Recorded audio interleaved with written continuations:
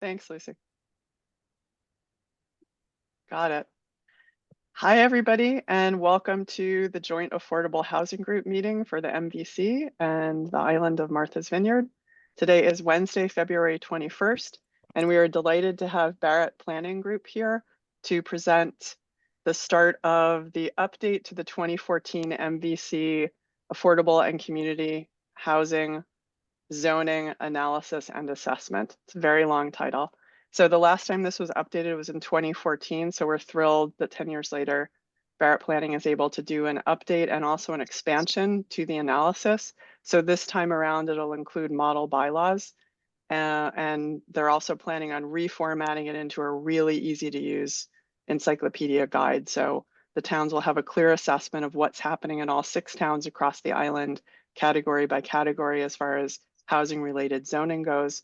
And what we're doing here today is Barrett Planning is going to kick off by presenting how they're going to run this. They have some questions for the towns. And we'd also like to hear from you. I had sent out an email asking you to bring your priority list of zoning changes or questions that you have or instruments that you have that you feel like could be working better, you'd like to see tweaked in some way, but you're not exactly sure how to do it. Your involvement is going to give us the best possible results. And we're so lucky to have this incredible team of experts running this project for us. So Alexis, are you all good with the tech? Yes. Okay, and we can help if there's any issues. I know this is kind of on the fly for you. So with that, I'll turn it over to Alexis from Barrett Planning. Okay. Thank you, Alexis. Can you all hear me? Yes. Super. So sorry. And Judy Barrett. I'm Yes, sorry, I didn't realize Judy was going to run this. Judy Barrett from Barrett I'm here. Planning. I was totally planning to be on. It was just I can't run the slides from this airport. Excellent. Technology Thank is you. pretty weak. So hi everyone. I think I see some folks we know. As Laura just said, we're updating an analysis that was done about 10 years ago, focusing on regulatory provisions around housing. And so I can introduce the team if Alexis should just go to the next slide. I can kind of talk about us and so forth. I mean, some of you I think probably know who we are. We worked several years ago for the commission with another consultant on trying to do housing production plans for each of your communities. Most recently, we have worked with the Tisbury Planning Board on their master plan, their first master plan. I keep wanting to call it an update, but it's a master plan, and it was a wonderful project with a great community. So we are a fairly small planning firm. We're based in Hingham, Massachusetts. I have 11 staff, and Alexis and Will are both among the planning staff that work with us. We do kind of 3 main things. We do comprehensive plans. We do a lot of work in housing, as I think most people know. We also do a lot of work in regulatory reform. So we're actually delighted to be moving from the master plan process in Tisbury into reorganizing, updating their zoning bylaw with their town council. So those are kind of the 3 major areas that we work in. We do other things as well, but for the most part, that's kind of our focus. I've been in the field for 35 years. Fortunately, my staff don't have to make that kind of statement. They're younger and more energetic and into technology far more than I am. But it's a great group of people, and I'm always just really delighted to introduce them to topics. In addition to working on the vineyard, I work a lot in Nantucket, as I think some of you may know. Actually, we're just starting a master plan update there. In addition to working with the Housing Trust, Will has been working with me, who you'll hear from eventually in this meeting. He was going to run the slides, but is compromised technology-wise up in New Hampshire. Will is working with me in New Hampshire on zoning analysis around housing, very similar to this project, under a project that is several projects that are funded by New Hampshire Housing, which is the New Hampshire counterpart to Mass Housing. So this is kind of familiar territory for us. But one of the things I kind of know from being in this field so long is that no matter how much you may have worked in a town before or worked in a region, every new project is new and different and has interesting wrinkles. And so it's always fun to start a new project like this. Alexis, if you want to go to the next slide, that would be great. So the project scope is pretty simple. We're looking at the existing zoning policies for all 6 communities. We're going to be kind of looking at a set of policies that we'll talk about in a minute, sort of explain them, how those various policies affect affordable housing and the state of each policy in the communities, which I'm sure will vary.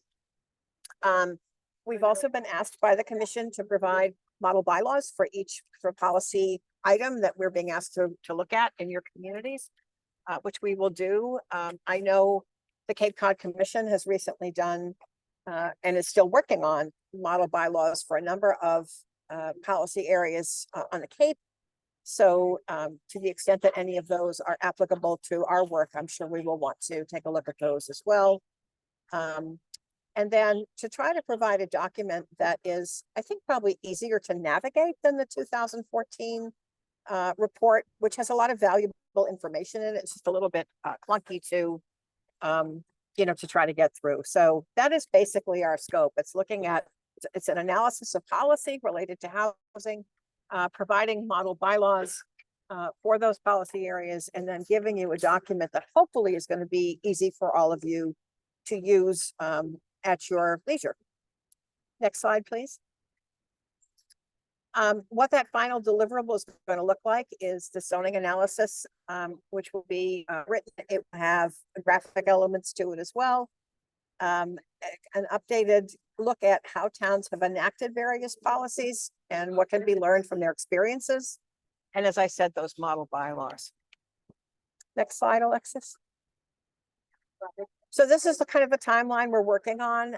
We're into the analysis of the existing zoning bylaws in your communities. We've gathered those together. We're pretty sure we have the most recent versions, thanks to the assistance of the commission.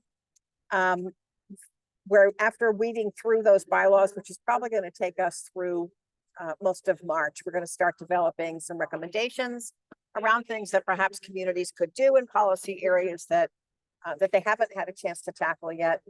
We'll be working after that on the model bylaws and aiming to deliver the final report to the commission by the end of May. There will be a public presentation of that document. That, of course, has not been scheduled yet, but we're looking at sometime, I'm sure, early summer. And I'll take questions when we're done. I think I'm going to keep going for now. Alexis, if you want to keep going. So these are the policy topics that the commission has asked us to look at. I don't think this is any surprise to most of you. One is sort of multifamily zoning and how the extent to which the communities may allow ways to get there, such as single family conversions, looking at the existing zoning for accessory dwelling units, which I know just from recent experience on the Vineyard does vary some from town to town. What the existing policies are around short-term rentals, congregate housing and single room occupancy housing, manufactured homes, cottages and tiny homes, which of course are not the same, but we're talking about a way of trying to house people in a fairly affordable way. Employee housing, which really in my world is around employer assisted housing.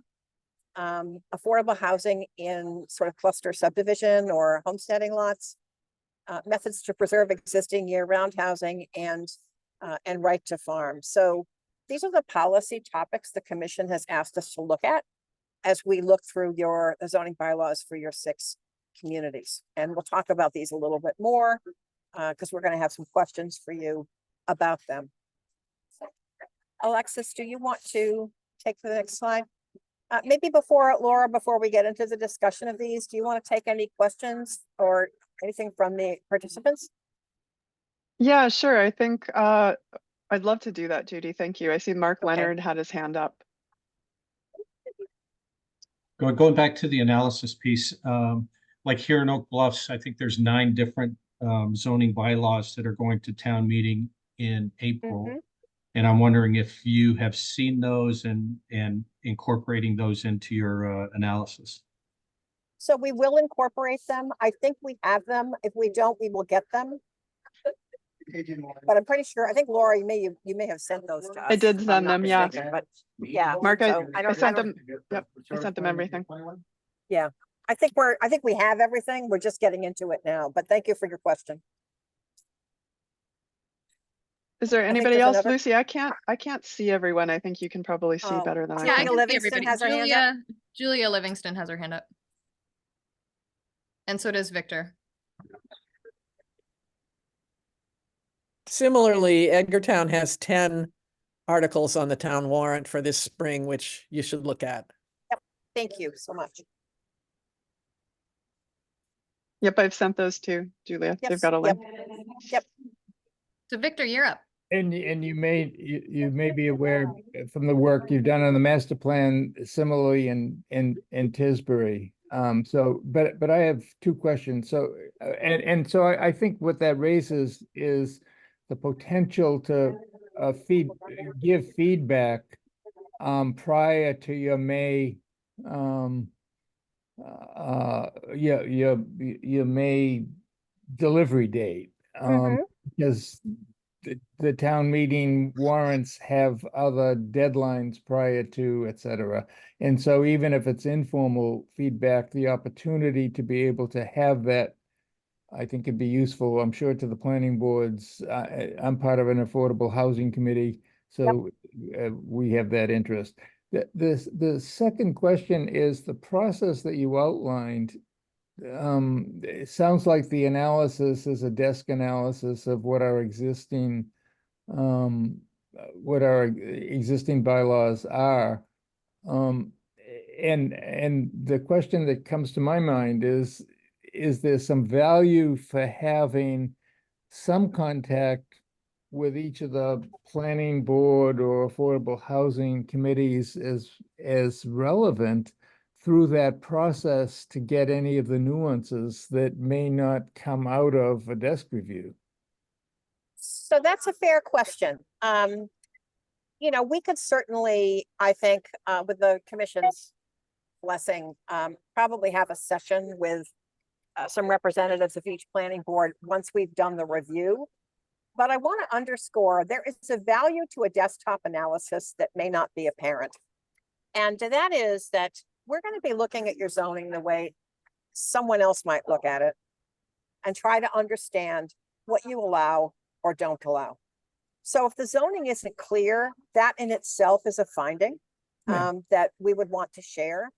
But I think certainly if something is not clear, we might want to get some input from folks. Yeah, I'm not questioning the desktop analysis. I think that does have the value you described and probably, but I'm just thinking that. My name is Stefan, Operation Agent today. We're gonna get started here shortly. It's another. Judy, I just muted you while that announcement is going on. Judy's in an airport, for those who didn't know. Oh, okay. Sorry. Anyway, just to finish the sentence, the opportunity to, I think, have at least one meeting prior to formalizing findings to pick up any nuances would be useful. And I think that's fine. If you can hear me over the loudspeaker behind me. Yes, I think that's fine. Yes, and Judy will be happy to facilitate anything that you and the towns need. And Victor will be happy to do that. Victor, are you all set? Okay, so moving on, we've got Daryl and then John Abrams. Hi all. Judy, just letting you know that in Aquina, we've put together a kind of a wish list within the housing committee of a couple target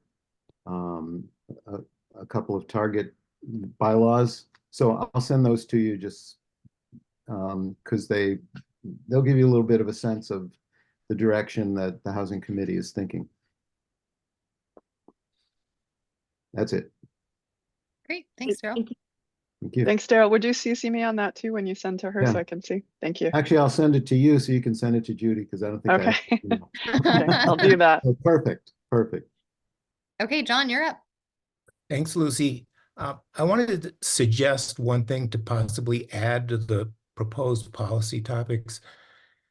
It might be good to put some thinking into definitions of various forms of affordable housing, low income, moderate income, missing middle, which nobody has now, and potentially to have a set of definitions that all the towns might be able to use in concert.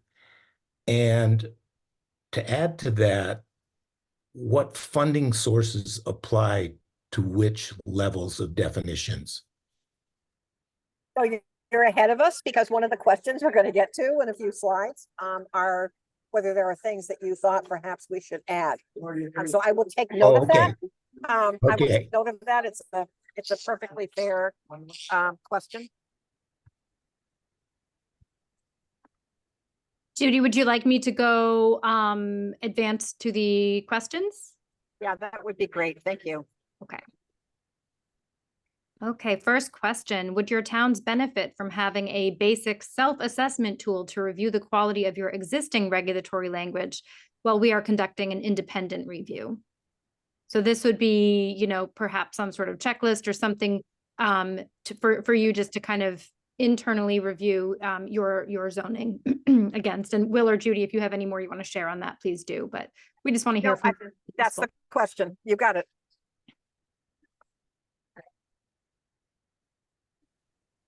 Anybody have any thoughts on this? I think Julia has her hand up. Julia, you're. I would just say that given the fact that, you know, the town meetings are in the spring and your report is going to be done in the early summer, you know, a checklist now isn't of huge value to us because we're already done for town meetings for this year. Well, that may be the case, but there may be, you know, other things that you're not acting on this year that you might want to take a look at. So that's, I Yeah, guess, but if we start those in June, that's plenty of time. okay. At least that's my feeling. Julia, you mean starting the self-assessment in June? Yeah, after we have the report. Gotcha. Okay. Anyone else have thoughts about this? Jim Wallen, you've got your hand up. You just need to unmute. You hear me now? Yep. Okay. Yeah, I mean, I think it would be useful just to, even if it came with the report or after the report, but just to have, it just really kind of focuses on things that that maybe all of us aren't really focused on for bylaw changes, because, you know, the bylaws are so different in every town and so much more I'm in Aquinnah. I mean, they're complex because of all our districts of critical concern, but yeah, they're not in terms of different kinds of zoning. Understood. Thank you. Peter Cook, you've got your hand up. Yeah, I think it would be very useful for Chilmark to have this both for our master planning deliberations, which we're in the middle of, as well as looking at these issues. I was particularly interested in the old one from 2014 about bylaws having to do with prioritizing. And I think this would help us get some of those things in line. So I think this would be a useful tool for us. Okay. That's good to know. Any other thoughts on this? And then I can move to the next question. Okay. Actually, Daryl just raised his hand. Sure. Yeah, I was slow on the trigger, but I was just thinking, in a sense, this question relates to coordinating with the potential of the 6 towns getting the Complete Neighborhoods grant, which we've applied for. So in one sense, though it's not a literal response to this question, it's kind of a parallel to it, that there will be the assessment that, at least in Aquinnah, we're hoping to look at the zoning bylaws. Different towns might be looking at different things, So that would also be a piece that would have to segue and coordinate with you all in some fashion and could easily work with this independent review.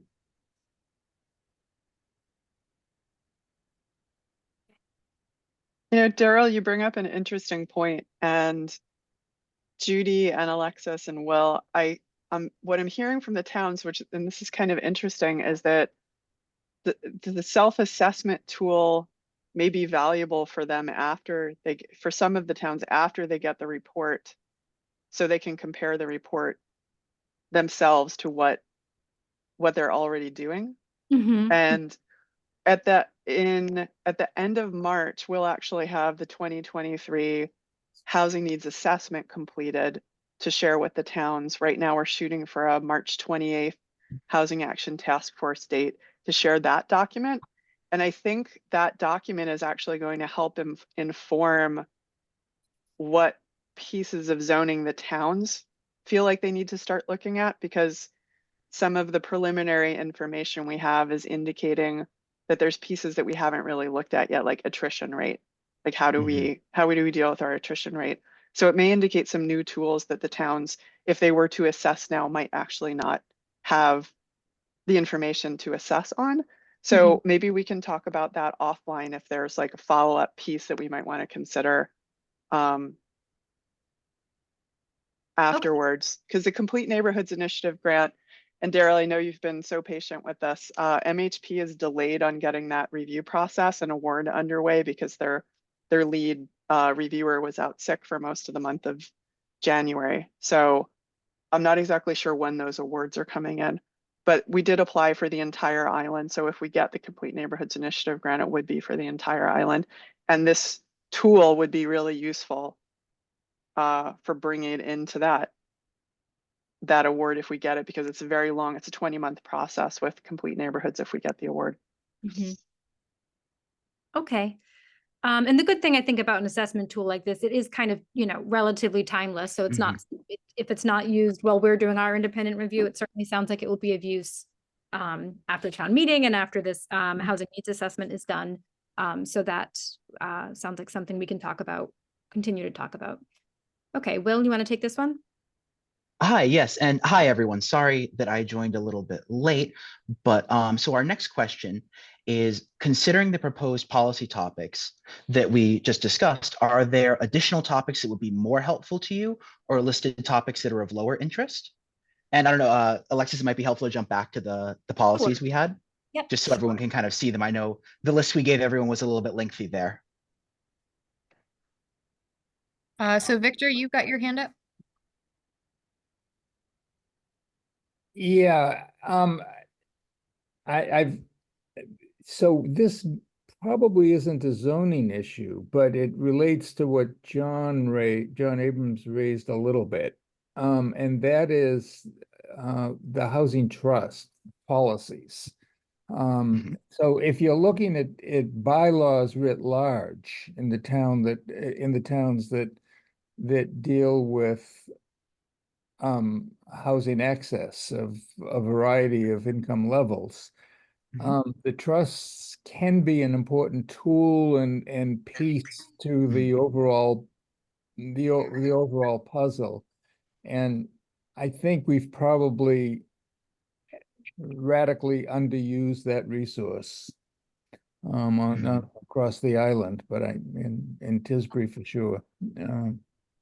So that's something I would just throw out. If it's limited to just what's in zoning policy, that probably then doesn't apply. I absolutely agree with you how important the housing trusts are to a lot of this work right now. And from our end, I think we need to think a little bit more about how we could kind of wrap that into this kind of regulatory analyses in that. But I think we'd be more than open to talk to the MVC and see if there's some way we can work that in.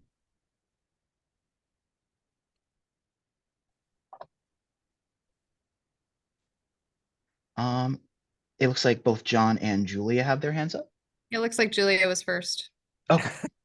Okay, well, just first of all, I'd like to endorse what John said earlier, that it's really, really important to have some definitions that we can all you know, use, because when people say affordable housing, you know, that has a meaning which generally, jeepers, I didn't do that on purpose, sorry. You know, that's generally the lower end of the spectrum, and we are very interested in the workforce, you know, as John said, the missing middle. Also, I think you should add to your list mixed use housing. In other words, residential that's above retail or whatever. In the Up Island towns, that's a good way for us to do some infill and should be on the list, I think. Sure, absolutely. I agree with you on the definitions of the mixed use. And I will also say, I think this is going to be one of the benefits to this iteration of the analysis that maybe wasn't as prominent in the 2014 with having those model bylaws that will all kind of use that same, that will all be using kind of some similar language that'll help get all the towns on the same page with some of these definitions and some of these words. Lucy, can you see folks, or do you want me to start calling on hands? I know you're having, looks like you might be having a Sorry, little. no, we're having a weird, Dan just kicked me out somehow. So we've got John, Oh, Cheryl, okay, then Jeanette, then Kristen, then Jeffrey, then Elaine, I think. okay. All right, thanks. So I have two things to add. One's very specific and one's kind of general and maybe more difficult to incorporate. But so the first one, the easy one, is I think it would be great to look into whether it's legal to include in zoning year-round occupancy as a category, whether the Attorney General would approve zoning bylaws that incorporated year-round occupancy. So that's one.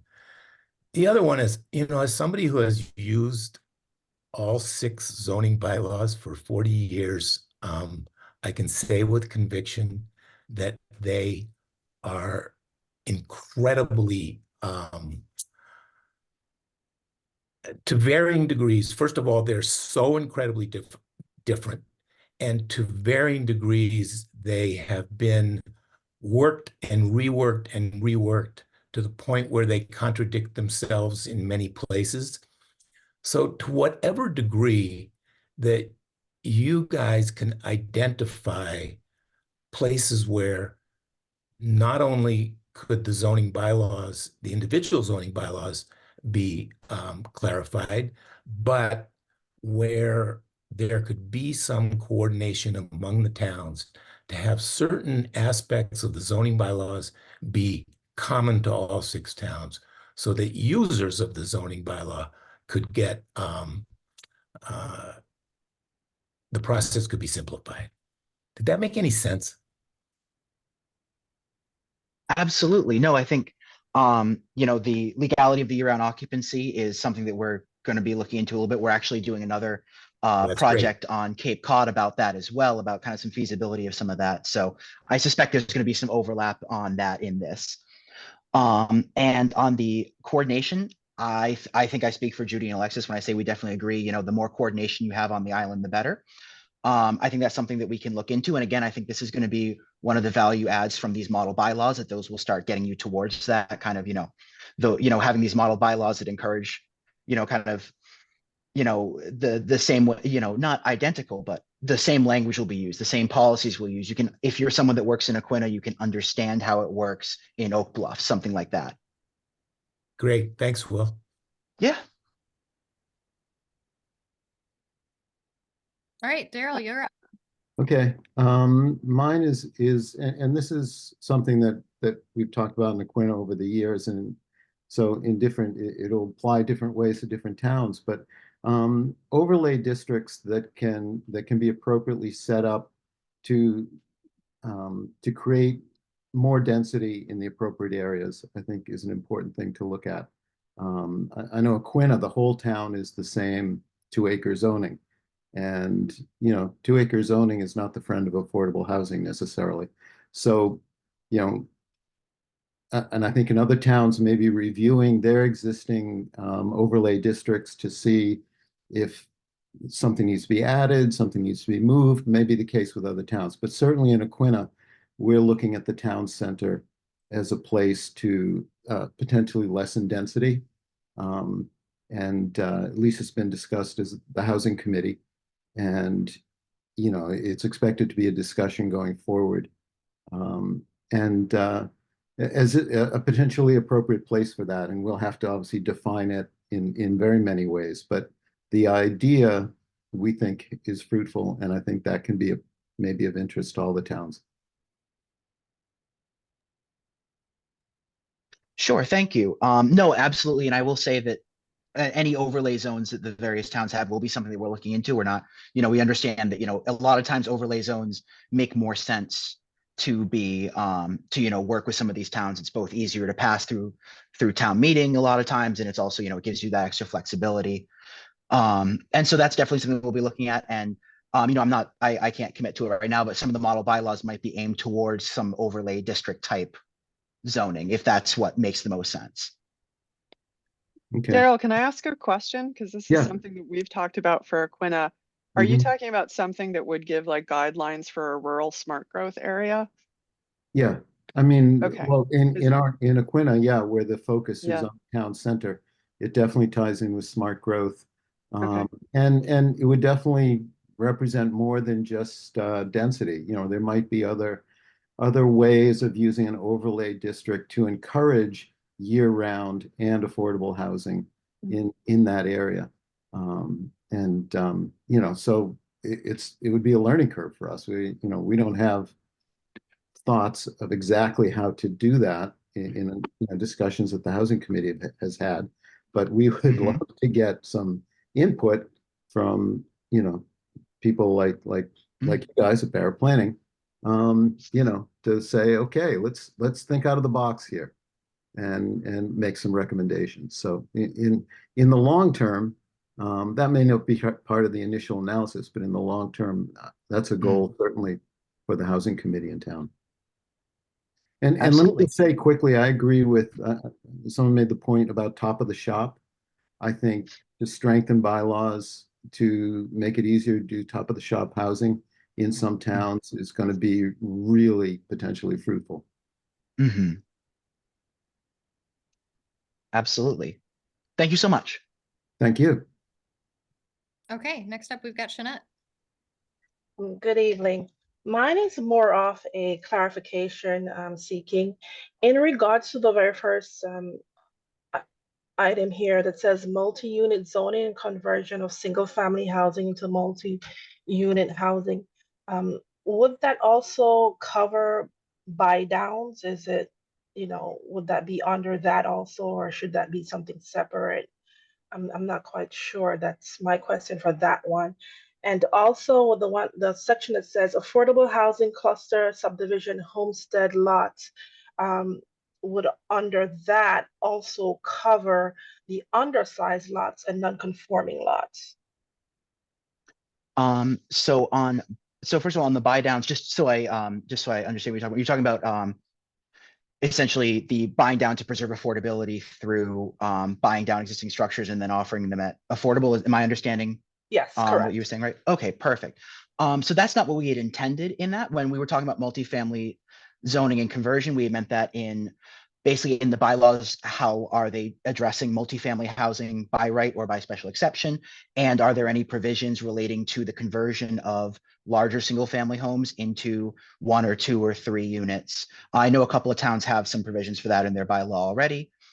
So buy downs wasn't included in that, but if you think buy downs are something that we should look at, we can, I will absolutely add that to our list. And then the affordable housing cluster subdivision and homesteading lots.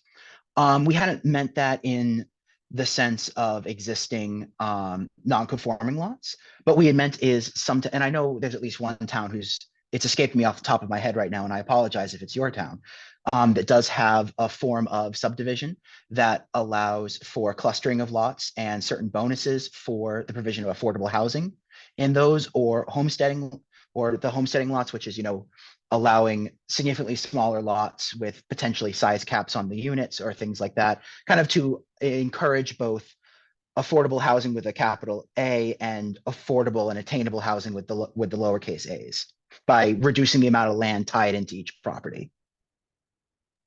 Okay, thank you. Can I ask a follow-up question about that? I'm that was a really good question about if that would include non-conforming lots. Are there any communities on the island that have any sort of like special permit provision for development on non-conforming lots? If there, if there's an affordability component or anything like that? Edgartown does. Edgartown, okay.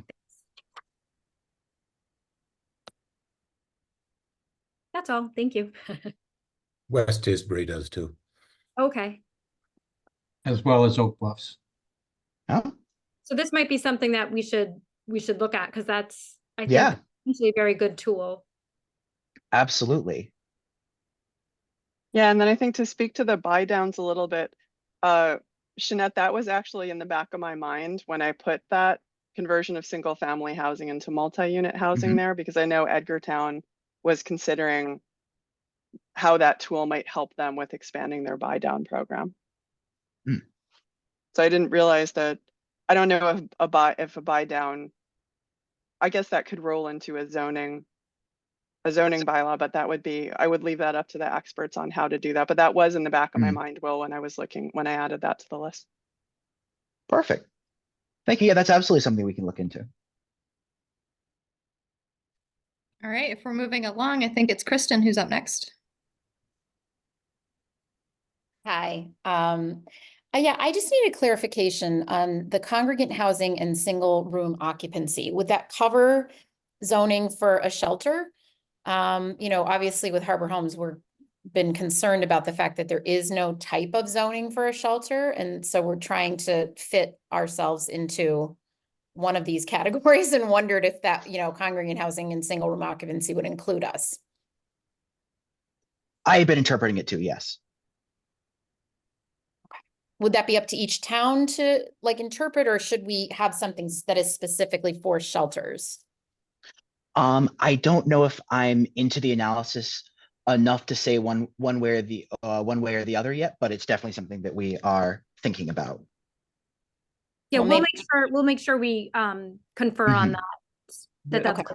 The broader question a little bit, excuse me for just interrupting, but is whether nonprofit status in the zoning codes, where that's relevant and applicable to those kinds of issues, and what kind of issues?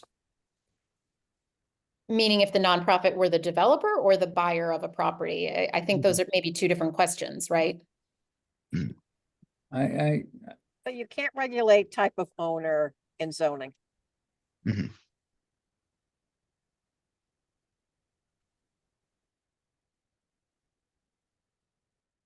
Well, except for the Dover Amendment, which we were originally told could apply to shelters, but it really doesn't. It depends on whether it's a charitable use. It can apply to shelters. It's you're venturing into an interesting topic that's a little bit of a legal quagmire, but I would just say shelter is not specifically covered in this list. Congregate can kind of get you there, but it is a different land use. So that's one topic. I'm not averse at all to considering it. But as for the the sort of the question of like who if zoning can sort of say, well, you can have that if it's owned by a nonprofit or not, you can't do that. Yeah, I mean, I would say the lack of zoning for a shelter is very problematic from something that would help us would be great. I think that's a great idea. Absolutely. Okay, if we're ready to move on, it's Elaine Miller who's up next. And Elaine, you've got to unmute. Sorry, and thank you. I just want to confirm what John Abrams said about our zoning bylaws. We in Tisbury are suffering with the very same situation. They were written in 1970 and they've been band-aided and adjusted and changed, but we're in the process, thanks with a lot of help from Judy, to adjusting them and bringing them up to code. So we understand how debilitating and frustrating it can be dealing with our bylaws. But one thing I wanted to say here is that with all of these policy topics, they're also appropriate. But from my point of view, the more we can focus on short-term rentals and stop the bleeding, okay, then allow us to solve the problem. I think that would be extremely helpful. I think all our towns are struggling with language and how complicated it is. And we kind of toss it under the rug a little bit because we don't know how to put our hands around it. So if we could get a lot of guidance, let's just take care of that and stop it and then move on to what we have to do after that. Thanks. Sure. Thank you. Absolutely. No, we really understand how important short-term rentals are on the island, and that's definitely something we're going to be giving a lot of attention to. We've got Jeffrey Dubard up next. Hi, thanks, Lucy. And thank you all for being here. This sort of goes along with what Daryl mentioned, but I think a analysis or look at our minimum lot sizes and lot sizes in general, particularly up island, would be helpful. 3-acre zoning largely being common practice. Is that still applicable, or sort of applicable across the board? And then are our zoning districts in fact still relevant or appropriate? So those are the two areas that came to mind. Thank you, guys. Perfect. Thank you. No, I absolutely believe, we will absolutely add looking at minimum lot size. I think that's an important thing, especially for those by right uses. Great. And then Jim Wallen, did you still have your hand up? I saw it at one point. And you'll have to unmute. No, it's all right. It was really more in reference to what Daryl was saying a while ago, but no, not now. Okay. And I think that's it for hands, unless somebody's got another burning question. Great. All right, then our next question, and so kind of transitioning from talking about the actual shape and focus of this research, we want to use this to get a little bit of information from everyone, as well as kind of now that everyone's here. So our question is, what provisions of your zoning bylaws have been the most successful at producing affordable or attainable housing recently? We'd love to hear that kind of as a jumping off point, since everyone's thinking about it right now. Kind of help us direct to best practices. John Abrams, take it. I would say that by far the most effective is not a zoning bylaw. It's 40B, which has been super valuable on the Vineyard. But thank you so much. You're welcome, whoever said that. It was Judy Barrett, and thanks, Judy. But certainly in West Tisbury, the multifamily bylaw that was written in 2000. By the way, the West Tisbury zoning bylaws were completely rewritten 100% in the year 2000, and an entire section devoted to housing, which is 4.4. And I think it's a great model that needs some improvements. And one of them is that multifamily bylaw that has been very effective. It was terribly ineffective in its original form, which required 75% to be affordable. Then it was changed to 25% affordable, which I think is way too low. So there's an adjustment possible there, but it's been effective. Thank you so much, John. Mark Leonard? I think for us, it's been the ability to use some substandard lots for affordable housing, because by our bylaw, we can now develop on lots that are 5,000 to 10,000 square feet. And that's, the way Oak Bluffs is laid out, there's literally hundreds of those lots that are that size, 5,000 square feet. And so there was a lot of development in the 80s and 90s and early 2000s that happened on those lots. And we're trying to make use of them now, especially for home ownership, because they're smaller units, smaller lots. And one of the changes we're making or trying to make in this year's town meeting is to reduce the requirement for frontage. And so that'll open up potentially, you know, another 20 or 30 lots for affordable housing. Perfect. All right. Thank you so much, Mark. That was very helpful. And if I could just ask, I think I know the answer to this, but when you're talking about these kind of subsized lots, is this only for if there's an existing property on it, or does this also have if you want to do a subdivision of lots that size too? I believe I can't tell you for sure, but I believe it's just for established lots. I think so too. I think that is the plan, is to try to make use of what you already have first. Correct. Absolutely. Thank you so much. Jeffrey Dubard, your hand's up. Yeah, and Up Island, certainly Chilmark and West Tisbury, the ability to create home site and youth lots has been effective, and you know it's also great because it actually affords an opportunity to create ownership housing. Perfect. Thank you.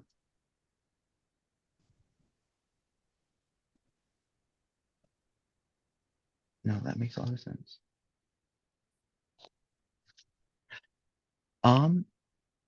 Unless anyone else has an immediate question, Jeffrey, I had a quick follow-up for you.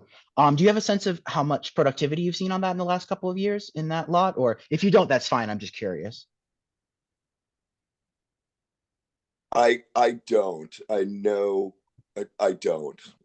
I just know that, and I think there's some folks from Chilmark here. I know that in Chilmark in particular, that sort of home site and youth lot has been their largest tool for creating housing. Perfect. Thank you so much. Sorry, I didn't mean to put you on the spot on the spot there. I was just.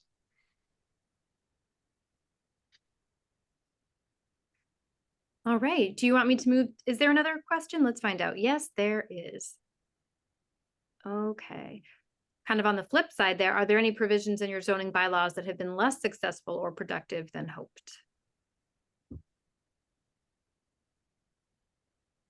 Yeah, and this one I'm interested to both see kind of what's not working on the island, but this will also help us kind of direct our attention to, you know, if there's something that you think really isn't working, you want us to pay especially close eyes on it. That's kind of what we're interested. We've got John Abrams to start us off again, and then Victor right after that. I just want to say that all of them have been less successful and productive than hoped. But I don't know any that that shouldn't be there, because they do get used episodically, and we hope more and more. Oh yeah. No, that's an excellent point. And I think definitely both the intent of this question and also the things that we're looking at is, I don't think we're trying to look to get rid of any tools or proposing getting rid of any tools that towns are using, even if it's once in a while. It's just you know, sometimes all a provision needs is a tweak to start getting it more productive. And so that's kind of what we're trying to tease out with this question. Yeah, good. Victor. One of the things that I've seen that has been an obstacle is the provision which limits development on private roads, and private roads are huge on the island. Certainly, I believe in Tisbury, it's something close to 70+% of roads in that category, and multifamily housing is limited, restricted in those. That's an excellent point. Thank you very much. And I'll just add in, since I've been going to Affordable Housing Committee meetings and heard a real repeat over the last couple of weeks on accessory dwelling unit bylaws. And there seems to be a real legitimate struggle in the towns to figure out how to implement ADU by right bylaws that would encourage production while protecting those so that they're available for year-round housing. Absolutely. No, that's very good to know. Thank you. That is that's definitely something that I can see as it's a struggle for a lot of communities. We hear that even as far north as New Hampshire. I hear the same thing come up with a lot of these towns. You know, the issue of, you know, we want to give these opportunities, but we don't want them just to become STRs. Exactly. It's very tricky. So I think some Mhm. support on that would be really helpful to all the towns. Absolutely.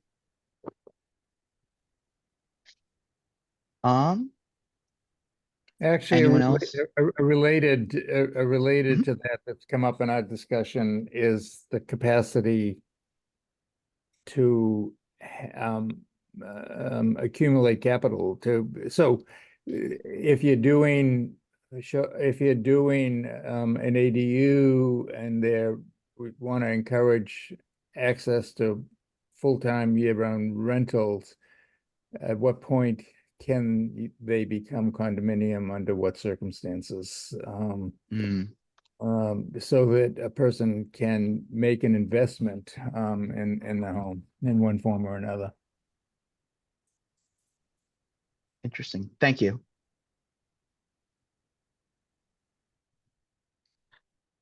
Does anyone else have anything else to add? I have a question, Will, actually. Please. I didn't have this on the original list, but I've gotten a couple of emails recently with questions about managed growth bylaws. I'm not super familiar with those. I'm not clear if that's a zoning bylaw or a general bylaw. Is But I it, know are that you, it's zoning. it's zoning. Okay. Someone sent me a link to some bylaws in Vermont. I think Rutland has a managed growth bylaw, and I know that Provincetown has a managed growth bylaw. Is that like a rate of development provision? Is that what you're talking about? It is, yeah. And I think the towns here, a lot of it's regulated through water flow, through water allotment, but there seems to be a bylaw that can actually be put in place that formalizes how that's done. And that seems to be working for some communities.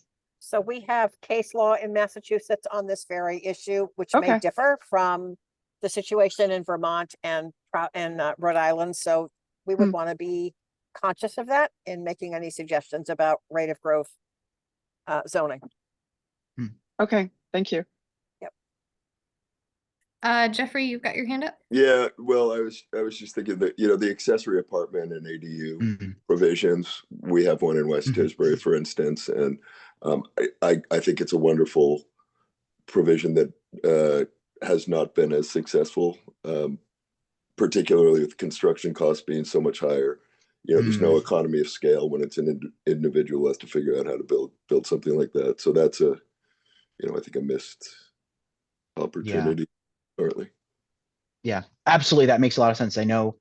I think, I don't think I've talked to any town anywhere in New England where the first thing that came up wasn't housing costs and the incredible strain that's putting on a lot of these more affordable housing options. Yeah. Yeah. All right. Unless anyone else has any questions, anything else that we have brought up that is kind of shaking something clear, this is our last kind of question to you all. And it is, what is being built in your community today and what is not being built? So we have John Abrams and Philippe Jordy with their hands up, but they came right before you just asked this question. So I don't know if it's for this or the one before, but. Yeah, I actually just wanted to talk about rate of development that Laura just brought up. So West Tisbury has a rate of development bylaw in its zoning bylaws. And it's really, and I think other island towns do or did, and it was consequential in the days when there were big subdivisions going on. They are not happening anymore to any great degree. So I think it's less relevant, but it would be good to look at what the West Tisbury one says. Thank you so much. Yeah, absolutely. Okay, Philippe. Thanks, Lucy. So Philippe Jordy from the Island Housing Trust, and I just wanted to say a couple things. There's been a few things that have been game changers for us. The West Tisbury multifamily housing bylaw being one of them, as is the Tisbury multifamily zoning bylaw, that has allowed us to work directly with the town and not have to go through 40B, especially for small projects. Obviously larger projects are not allowed under those bylaws, but majority of what we do are fairly small. I mean, a dozen or less units at a time. And those bylaws have been tremendous. So I would encourage all the towns to look at those. In terms of, there are aspects of it though, and I'm talking to Tisbury about their zoning bylaw in terms of converting existing homes, making them into duplexes, for instance. There are some limitations. Victor brought up the dirt roads or private roads. We also had an issue recently with the fact that we didn't have frontage. So again, that got kicked into the 40B realm, as well as the fact that there was a DCPC. So, there are all these various aspects that oftentimes will restrict the planning board's ability to offer or consider a special permit. But overall, I would say they've been tremendous. And, especially for smaller developments, I would encourage all the towns to really consider that. I also wanted to bring up form-based zoning and whether that's something that, especially the Down Island towns, have considered at all. Because it could be something that could make a lot of sense, and I'm just not sure to what extent that's been researched or considered by the towns.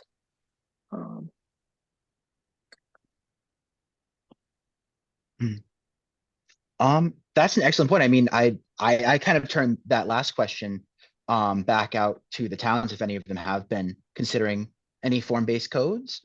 I'm a little bit worried about form-based code and kind of the scope of our work, just because every town would want it so different. I'm afraid a little bit of what a model bylaw would look like that would kind of work across the island on that. Yeah. We would not be able to do that because you would need designers on the team. It's a lot more complicated. I mean, we can talk about how to approach doing a form-based code. I think we could do that, but we can't do more than that. That would be helpful, Judy. And if that turns out to be something that the towns want to explore, then we can look at further investigating that. Sure. I think that's fine.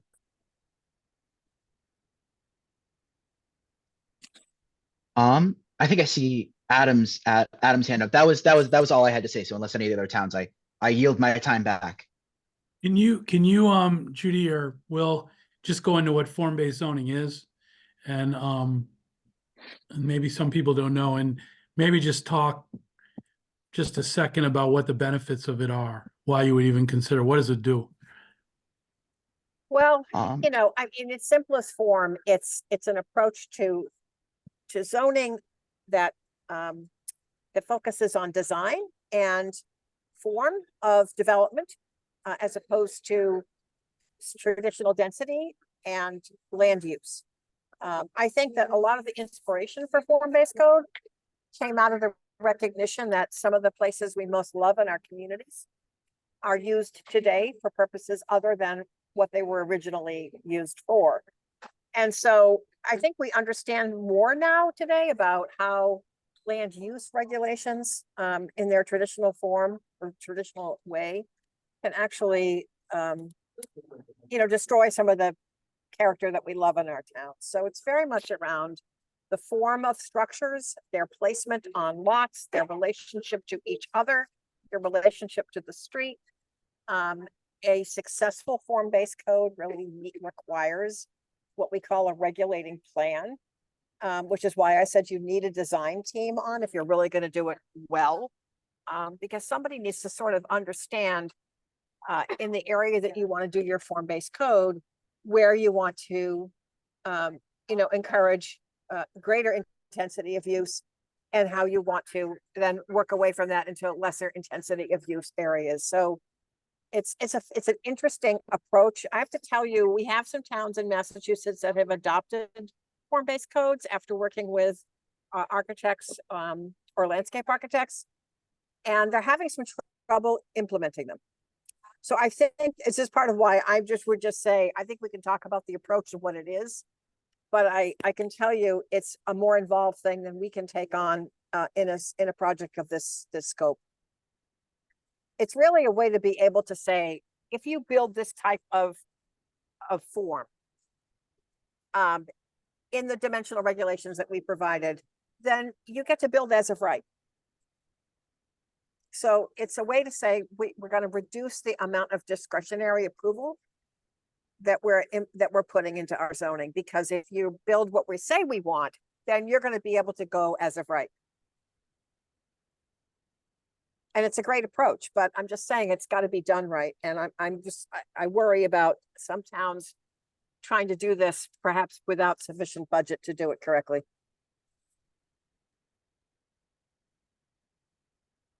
Okay, John Abrams, your hand's up.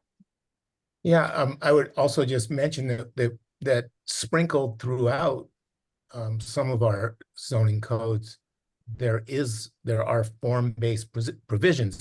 And just one example, so Chilmark regulates the pitch of dormers, and it's strictly, it's a zoning bylaw that's there strictly for architecture because people were distressed at low-pitched dormers. So that there are pieces of that in our zoning. Oh, I think that's true, John. I mean, you're correct. There are things that have happened, and those are good examples of where you can see a form-based approach in traditional zoning. Right. Yeah, thanks.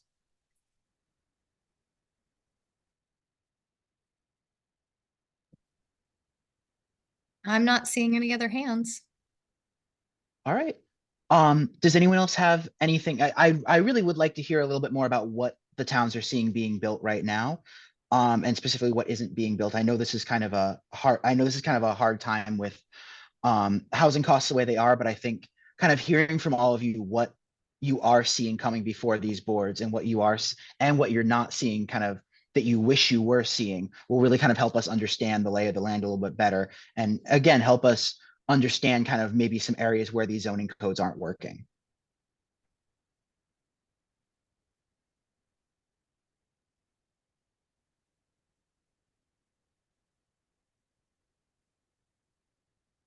Victor's got his hand up.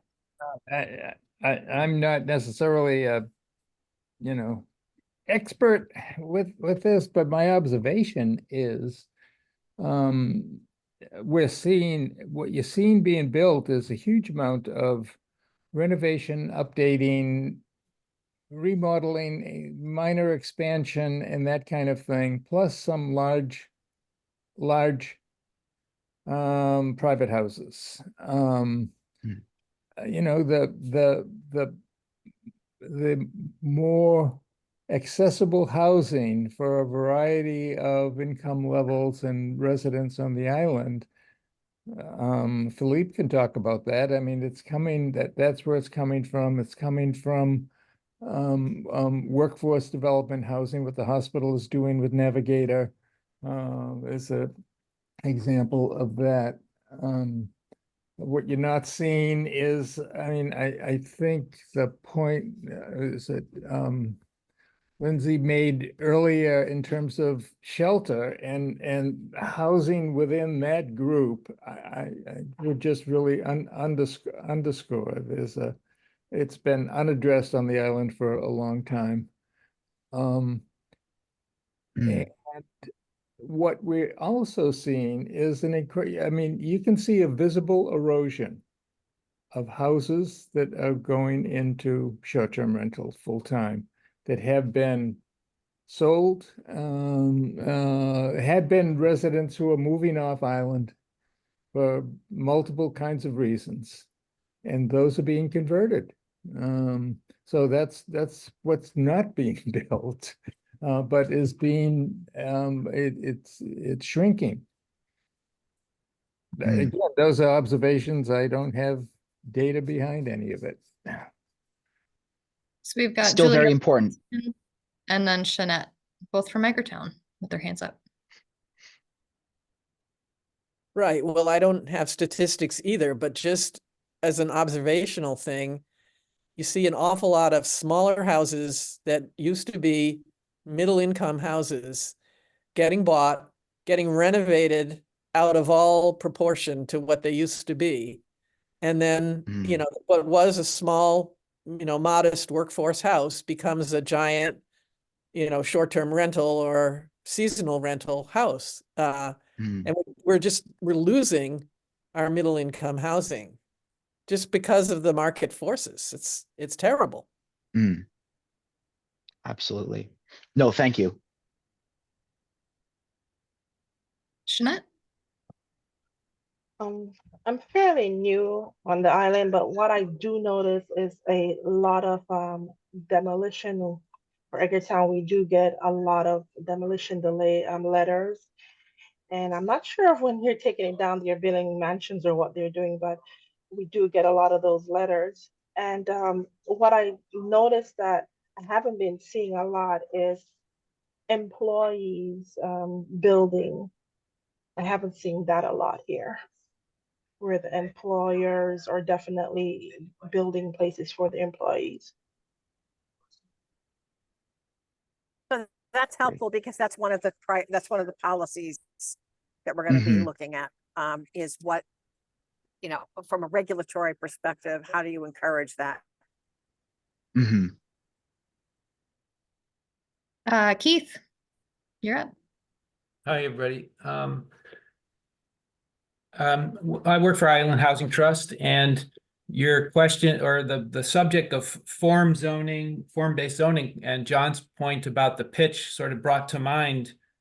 It's partly architecturally trying to fit into a context of a neighborhood, and the tradition of Cape-style houses here. But to answer your question, we just built 20 apartments Keens Way on State Road in Tisbury, and those look like small houses. They're duplexes.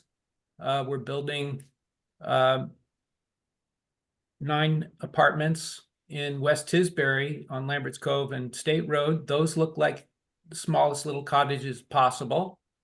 There are setback rules. There are, we have major road, what are those called?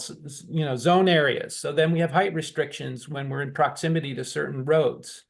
And I would say the height restrictions really, they've served a purpose in protecting kind of the style of the Martha's Vineyard and trying not to have massive walls right along a road or something. But, that's a form-based zoning requirement that has an effect. There's the height restrictions, pitch restrictions.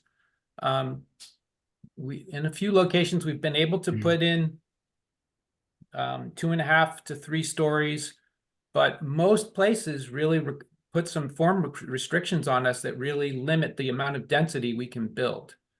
I'm not saying we would go for the density in all neighborhoods, because obviously we want to respect the architecture of the neighborhood, but there are zoning bylaws that really affect the size of our building.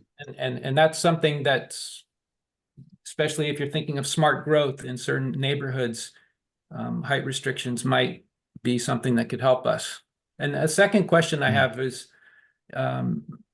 enforceability. If there have been ADUs built, it's not easy to see that those stay as, some of the bylaws now allow like an ADU that's for a healthcare worker, for the person in the main house, or for a family member in the main house. It's not so easy to make sure that those stay that way permanently. No, that's an excellent point. Enforcement is something we're going to have to struggle with, and hopefully some of these bylaws will give towns some tools to maybe look at that. And Keith, if I could actually to address your question, and then if I could actually ask you a follow-up question. I was interested to hear about the height limit requirements you just mentioned, and what I'm wondering, and again, I'm not trying to promise anyone anything here, but would something like step back, because I understand the instinct to preserve kind of the walking feel of some of these communities with height limits there, but would a step back in some ways be able to, would that be something that your organization would find helpful? Kind of, you can build up to a certain height from the street, but then you have to set back a couple of feet, and then from there you could add an extra story or something like that. Would that be something that maybe would work more with you, basically, to keep the feeling from the street? Right, that you see that in cities, I know, but that might be that might be a way to do it if you're not. Of course, in some locations, it's totally appropriate to have height near the road, right? Of course, I'll tell you, in the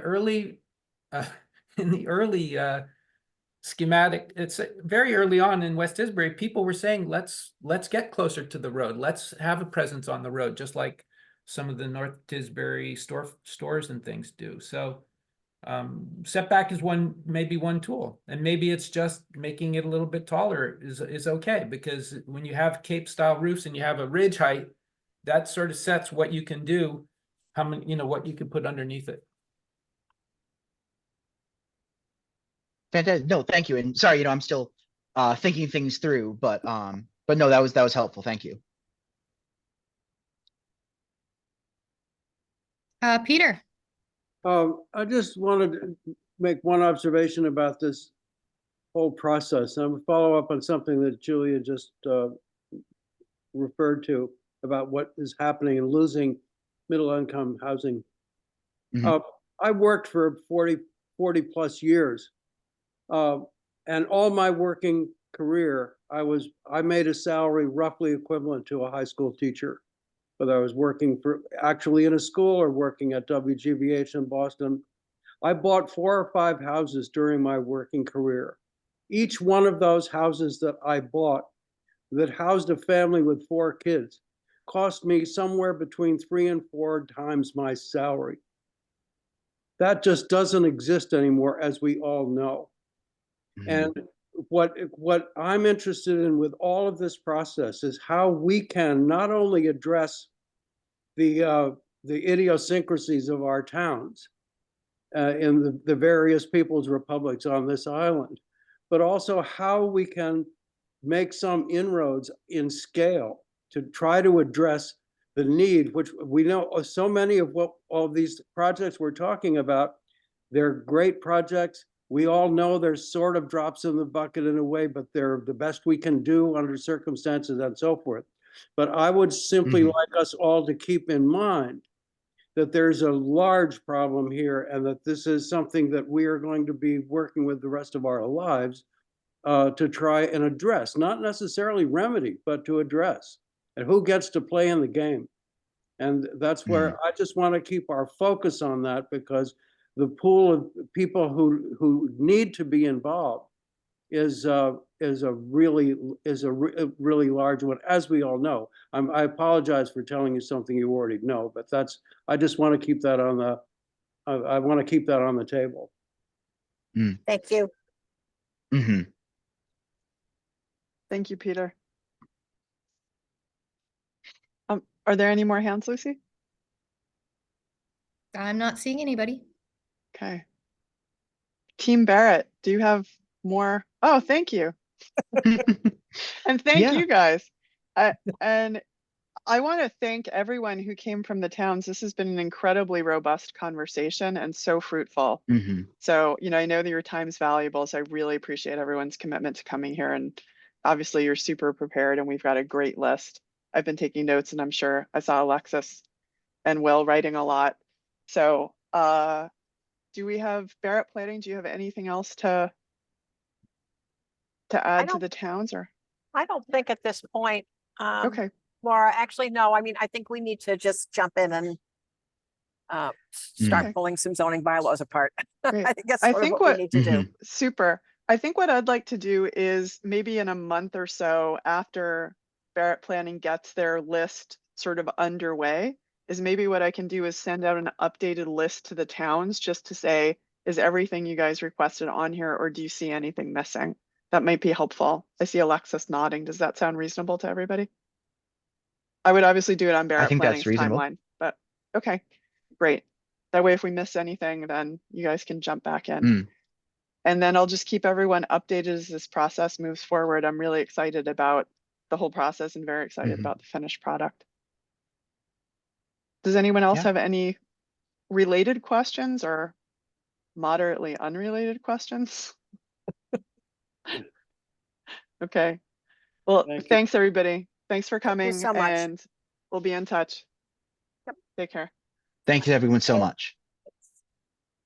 Thanks, everyone. Have a great night.